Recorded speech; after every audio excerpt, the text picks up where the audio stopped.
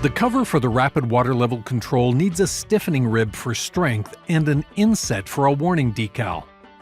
The new design needs more clearance for internal components. An offset surface will work. In SOLIDWORKS 2020, faces that can't be offset the desired amount are automatically identified and highlighted in the tree.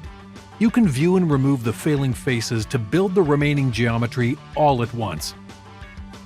This streamlined workflow simplifies the process of creating offset surfaces, saving you time creating complex geometry. From here, SOLIDWORKS' powerful surfacing tools make it easy to clean up the remaining surfaces and create a design that can be injection molded. To finish the design, we can use a surface thicken to create a constant wall thickness part. New in SOLIDWORKS 2020, you have the option to thicken the surface equally in both directions.